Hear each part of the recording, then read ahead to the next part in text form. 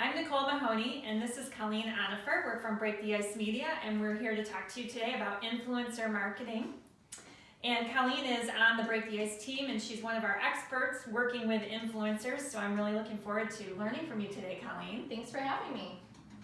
So let's talk about influencers, and now once you've identified maybe your niche and what you're looking for, how do you vet them to make sure that they're really the right fit?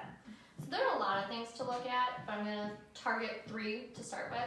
So you want to look at what platforms are they on. Do they post exclusively on Instagram? Do they have a Facebook page, Twitter, Pinterest? Do they also have a blog where they can feature your destination?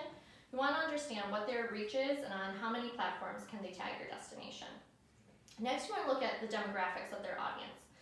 Is their audience aligned with your target audience? If you're trying to target, let's say, moms and families, and they focus on young millennials, it's probably not a good fit. You can do some research and poke through the audience, or you can ask them for the demographics, and they should be able to share them with you, and if they don't, that could be a red flag. And lastly, you want to look at the engagement of the audience. Are people liking, commenting, sharing on their posts? And that should be proportional with the number of followers they have. So if they have 30,000 followers and they only get 50 likes on a post, that could be a sign that they bought their followers.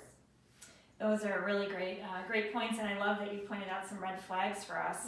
Mm-hmm. So once you've figured out an influencer that seems like it's a good fit, how do you start that relationship? How do you reach out?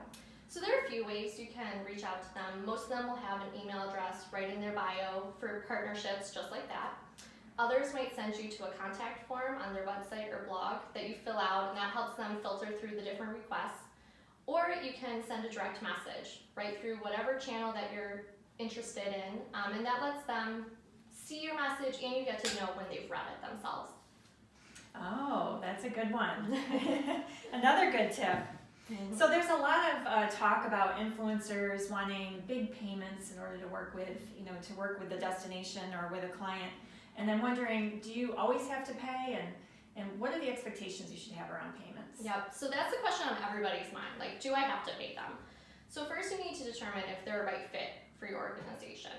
Look at their tone, their quality, their look. If it's not a good fit, you don't want to pay them, let alone probably host them. Then you want to think through what are the different costs involved. Most times you'll cover their overnights, any meals, any activities. Find out what else they're asking for. Do they want their transportation covered? Do they want everything covered for every member in their family? Figure out what they're asking for and what they're offering. Some might have a package deal, a specific dollar amount per day that gives you a certain number of posts. Others might give you a BOGO deal. They come for 5 days and you get the 6th day for free or a discount. And then figure out what's in your budget. What can you afford? And be upfront with them. If it's not in your budget, figure out other ways that you can negotiate, other ways you can partner. Maybe you bring them in now for a free trip, and then you find a paid opportunity later down the road for a bigger project. Those are really great points, and I really appreciate you joining us today and sharing all your knowledge. Thanks, Colleen.